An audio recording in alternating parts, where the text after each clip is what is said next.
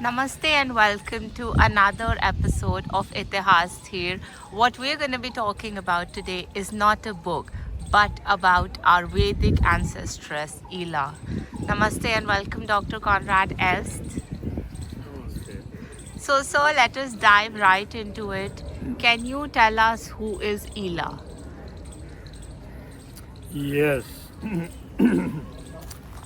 The Indian history mostly starts with Manu Vaivasvata, the one who is best known from the Manu Smriti that was named after him, though it was written thousands of years later. The Vedas mention him 20-something times, including as a lawgiver. The notion of a law of Manu already existed, though the specific laws attributed to Manu in the Manu Smriti are mostly of a later date. But anyway, he had a number of children, and so the eldest was a girl, namely Ilā. Then you get Ikshvaku, who founds the Solar dynasty.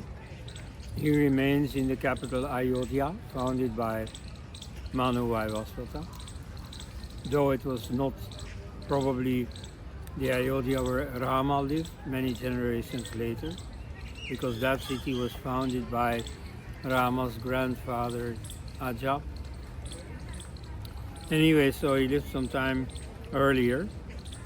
He had as his first son Ikshvaku, but before Ikshvaku there was a girl who, because she was only a girl, she could not become the head of state. Okay?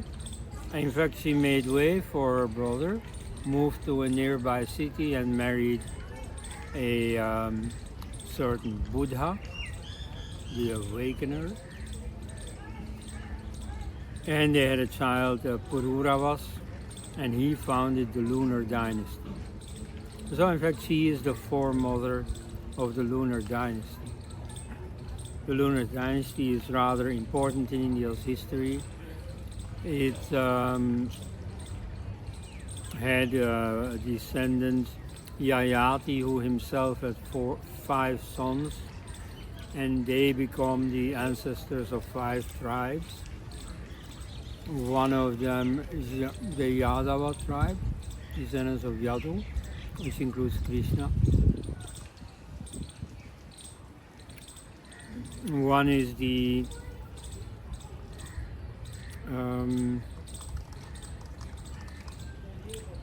Anava tribe, the descendants of Anu. They become the Proto-Iranians. You have the Druhyus. In the period before the Vedas starts, they are chased out of India. They start a war and they lose, and then they migrate or flee to the northwest. So it is a cute little idea that they might be the Indo-Europeans who spread this language family all the way to the Atlantic, which means that I am a Druid, coming back to his ancestral land, right? But so the most important branch is the branch of Puru, the youngest and most beloved son of Yayati. So they form a tribe, the Pauravas, and among those Pauravas you have most of the Vedic rishis. And so an important prince of the Paurava dynasty is King Bharata, who founds the Vedic tradition. His court priest Bharadwaja composes the first Vedic hymns. It is after him that India is named Bharata, meaning the lineage of Bharata. So the name Bharat that you see on the post stamps and everywhere.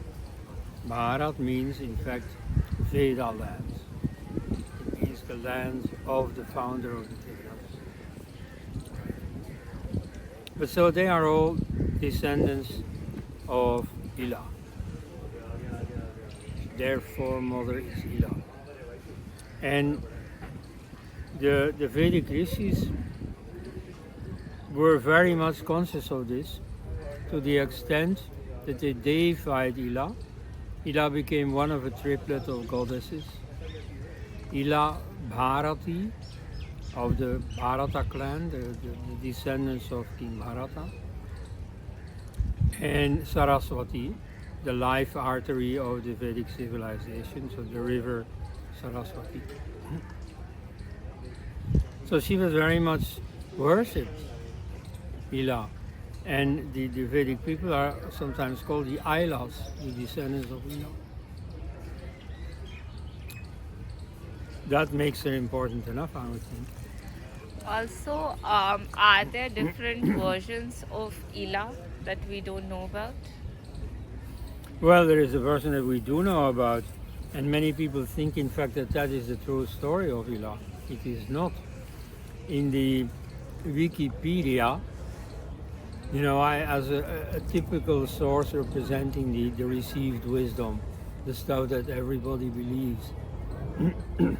When you look up Ilā, what you get is a story that Ilā was, in fact, originally a man, Sudyumna, who went gallivanting in an enchanted forest, and so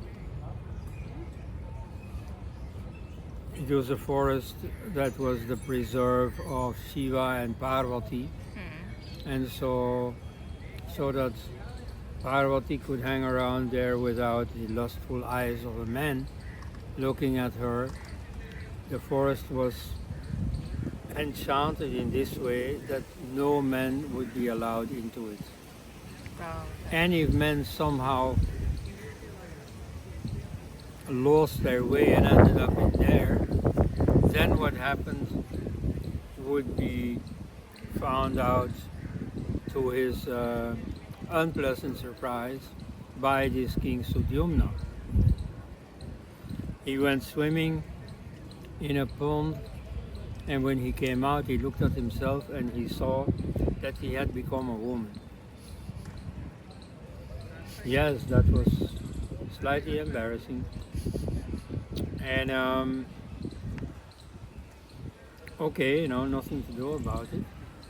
So she continued life as a woman, got married. She already had children when she was still a man. She had fathered children. Now she would become the wife of this Buddha and have children as a mother. Then later she displeased the gods, and the gods said, okay, we're going to punish you. We're going to kill half of your children.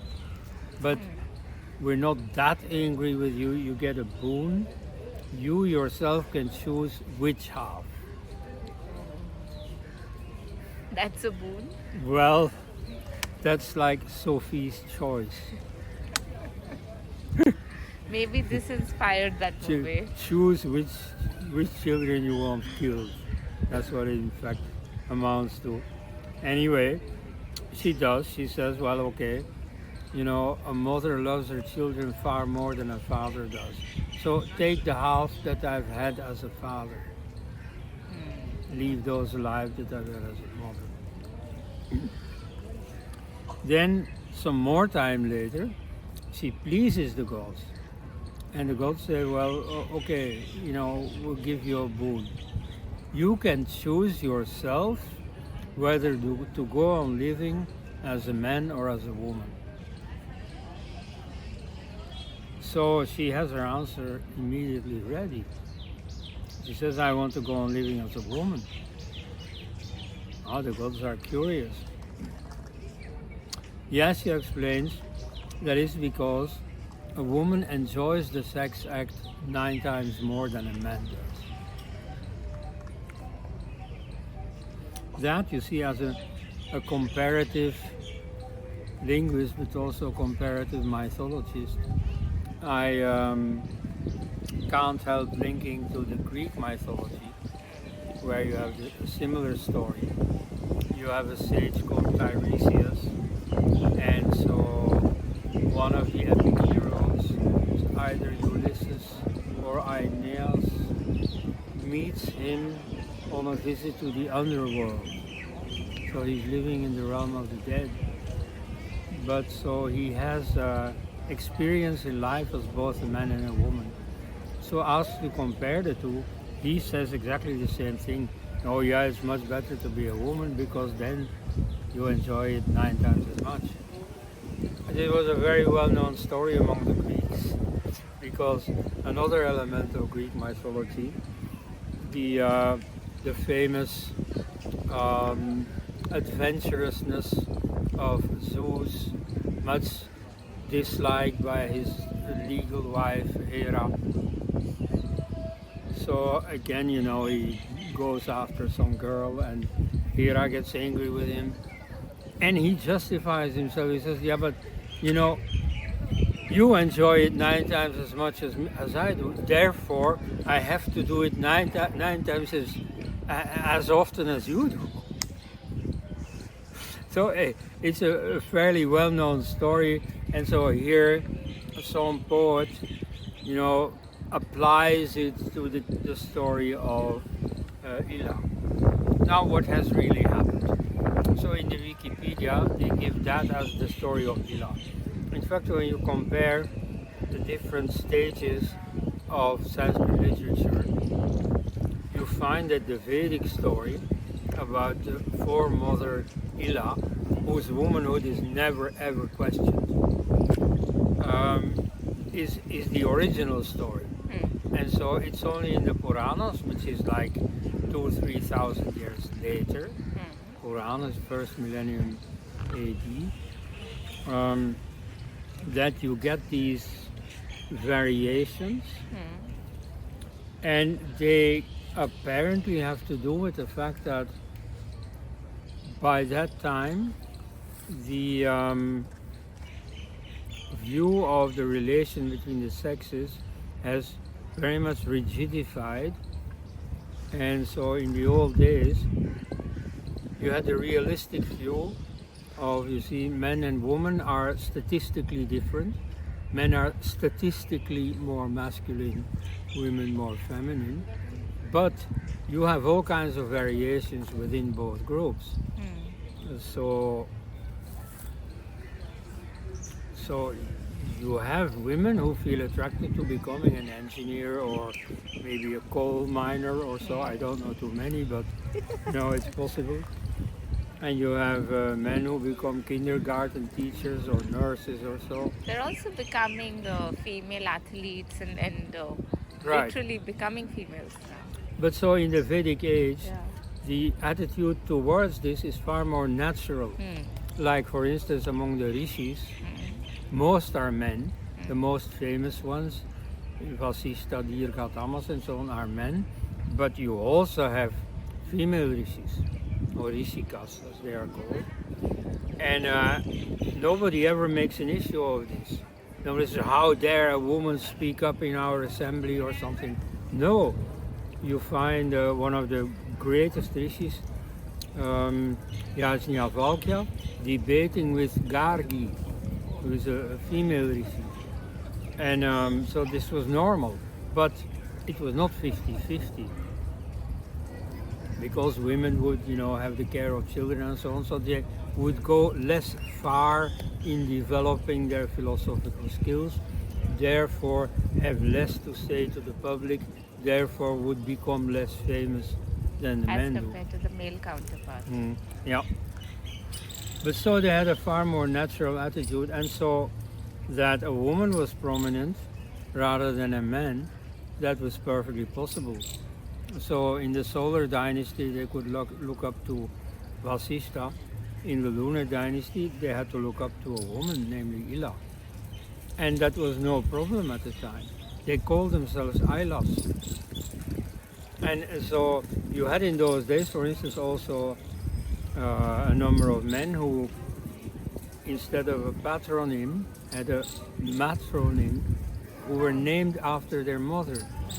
Like Aitarea is named after his mother, Itara. Or like Satyakam Javala is named after his mother, Javali. So, you know, this situation was far more natural, far less tense, less rigid. So, by the Middle Ages, you get a really classical case. No, you see 100% of the men should become soldiers, 0 women should become soldiers, right? So instead of more and less, you get 100%, 0%. And so this whole idea of a woman being that prominent in their genealogy is no longer accepted. So they start this story that no, she was really a man. But then they have to explain the fact to their audience. Everybody remembered Ilā as a woman. And so to explain that, they get the story that she becomes a woman and she ends up remaining a woman. That's why you remember her as a woman. But in reality, she was a man. Right? Now, I find that story altogether, you know, cute but silly. You know, let's stay with reality. There was this movie in my young days, Zabriskie Point, where the hero of the story has this occasional girlfriend, as it went in those circles and in those times. And she offers him a marijuana joint, as it was called. And he says, no, I take reality through. So that has become my attitude. So the reality of the story of Ilā, the real story, is far more interesting than these Puranic variations. So why talk about Ilā now? Like, what happened that you now want to start this conversation on Ilā? Well, first of all, is that she's simply there. So when I had to explain in a book that is forthcoming about the national symbols of India, I had to explain the name Bharat, which comes from King Bharata. So I had to explain the whole genealogy of the Vedic rishis, and so there you run into Ilā. That's one reason. The second is that in the last weeks I have held lectures in a number of Dayanand Anglo-Vedic colleges, 2 of them for women. And so even though their worldview is totally centered on the Vedas, it turned out that nobody there knew about Ilā. There was one professor who somewhat hair-splittingly said, oh, but the name is Ida. In the Atharva Veda, indeed, you'll find that spelling Ida, Ida. So in ancient Indo-Aryan, you get a variation between these different letters, L, R, and then this L in between. Yeah, okay, that's fine. Let there be variations in that spelling. I don't mind. But so, who Ilā was, what she represents, nobody seemed to know. This in spite of the fact that of Swami Dayananda's message, who wrote the Satyartha Prakash exactly 100 years ago.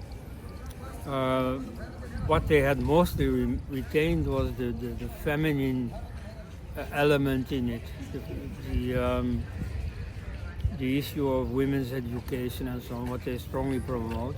And so that's why these Anglo-Vedic colleges for women were created, because in those days many parents would never send their daughters to a school where they would be with boys all the time.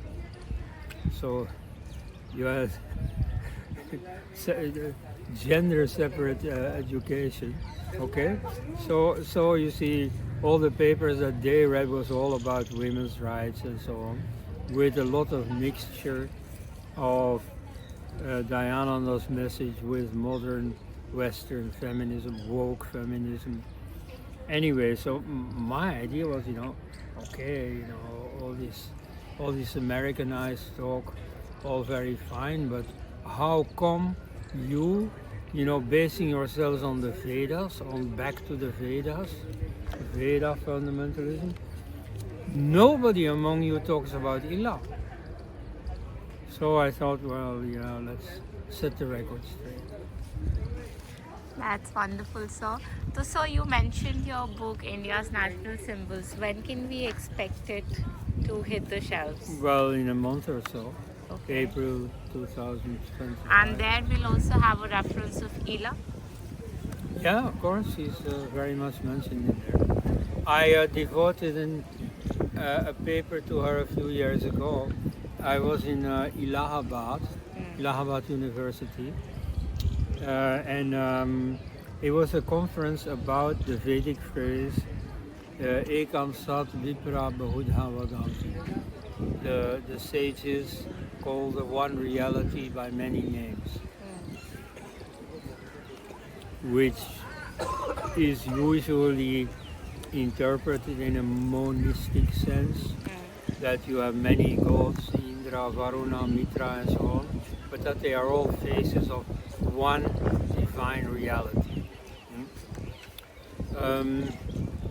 But you see, in the post-Nehru area, and Nehru was from Allahabad, it's mostly used in the sense of, but Hinduism, Islam, Christianity, and so on, they're all the same. So among the dharmic traditions, you could say, ultimately, they are about the same thing. They are about what some scholars have called the zero experience. And so when you come down from your meditative state into everyday consciousness, you're going to try to make sense of that zero experience, and you're going to use whatever conceptual tools that you've been exposed to in your life. So what you're going to end up with is a number of different explanations woven around that zero experience. That's why you have differences between Vedanta, Sankhya, Buddhism, and so on. They each have their own explanation for what ultimately is the same experience. So there, if you use metaphors like there are many different paths to the single top of the mountain, yeah, okay, that makes sense. But when you start to apply that reasoning to really different religions like Christianity and Islam, then that makes no sense anymore.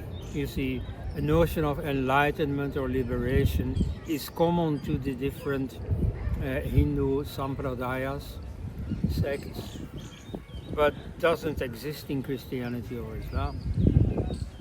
You have a notion of salvation in Christianity, which is something else. You have no such notion at all in Islam. So to them this is not applicable. Anyway, you see, these people wanted to be nice, wanted to sound secular, and so they used this Vedic phrase to justify secularism. Now there, as I also candidly said in my paper, I clearly have been invited to say things that the Indian participants can't afford to say. Namely, that it is nonsense to apply this to the relation between Hinduism and Christianity or so. But you can fairly apply it to the relation between the different sects within Hinduism, within Dharma, in the large sense. Anyway, since we were in Allahabad, and since at that time there was much discussion about changing the name of Allahabad, which it has done, it ended up being changed back to Prayag or Prayagraj, which is back to the roots. But by that time, it was not decided yet. So I made my contribution, and so I took into account the reasonable argument of many opponents of a name change, who said, oh, well, this would cost so much in new letterheads, new road signs, and so on. What a waste, to change Bombay to Mumbai or Madras to Chennai, that also has cost so much. Do we really want to waste money? So I said, yeah, but changing the name makes good sense. Allahabad is named after the Deen Ilahi. Okay, so Ilahi is the Arabic word for divine. Allahabad is the Abad, the city of the Deen Ilahi, of the divine religion. What is the divine religion? It is a Hindu-Muslim syncretism thought up by Akbar. Right? Akbar, who finds his greatest fan in Jawaharlal Nehru living in Allahabad by coincidence. Now, he conceived of his divine religion as a confluence of Hinduism and Islam. Now, what can better symbolize this than the confluence of Ganga and Yamuna?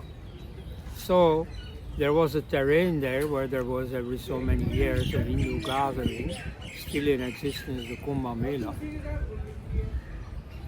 But there was room for building a new city there, and he did. And so he named the city after his own project of this syncretic religion. So he called it Allahabad, right? So that city name, I think, is much less controversial than a city like Aurangabad, right? So it's not named after some demonic character, after a policy of religious persecution. Nevertheless, I also understand that people want the original name back. But so I said, well, you see, if you want to change the name, I propose to change the name, but taking care of the argument of people who don't want to waste money on new letterheads and road signs. Let's change Allahabad to Allahabad. Yes, because according to the Puranas, Ilā moved away from nearby Ayodhya, where her brother was to become the solar king. She moved away to a nearby city, Allahabad, right? So instead of interpreting Allahabad as the Abad, the city of the Deen Ilahi, let us reinterpret it as the Abad of Ilā. Yes, let's honor Ilā. Right. Now, there's only one objection to this, at least for a historian. I guess for a storyteller it's not really an objection. But it is that probably Ilā never went to Allahabad because Ikshvaku never ruled in Ayodhya. You see, Manu didn't found this Ayodhya. Manu founded an Ayodhya more to the west, probably one of the Harappan cities. Maybe, as Jijit Nadumuri Ravi says, the place Manusha, which is in Haryana, just next to another place called Ilaspada, the footprint of Ilā, right? So she was probably also from there. And so this is probably not historical. So after the Saraswati dried up about 1900 BCE, you have an enormous migration from the Saraswati area, from Haryana, both to the east and to the west. And so there, someone ruling in an original Ayodhya in Haryana must have moved its capital to the Sarayu River, where you now have a city of Ayodhya. So that's less than 4,000 years old, so much younger than the original Ayodhya must have. And so the whole story of Ilā is in the mind of the poet also moved from Haryana to Uttar Pradesh And so there, a nearby city is found to make the story complete. And so that city is then ascribed to Ilā. And that happens to have become Ilahabad. That's a divine coincidence. Right. So I thought, let's rename Allahabad to Ilahabad. Yes. Unfortunately, Prayagraj has prevailed. But we can still do something for Ilā. Like we can revive this place, Ilaspada. I've been to, in fact you too, have been to the archaeological site of Rakhigarhi, Yes. which is in the neighborhood. Yes. It's one of the oldest Harappan cities, definitely the biggest Harappan city. Today, of course, it's only a, miserable site where all the archaeologists feel their heartbeat faster. But nevertheless, it is in that area that the whole Vedic history plays out. And so Ilā was part of that. That has been quite an interesting conversation with you, Dr. Koenraad. Thank you once again for your time and for enlightening us about Ilā. Definitely, we have a much, much better idea about this forgotten figure from our history. Yeah, let me add that this is only a start. You see, as a foreigner, I have a different perspective on things. Sometimes this is useful. Sometimes this allows me to add something that no Indian thought of. But then the next phase, is back to the Indians because they have a far more thorough knowledge of their own literature. There are plenty of things to be discovered yet. Gee, surely so. That's so true. So thank you so much, Dr. Elst, and we'll be seeing you soon. Namaste. Promise. Ugly bar, here millennium. Gee, so definitely. Thank you.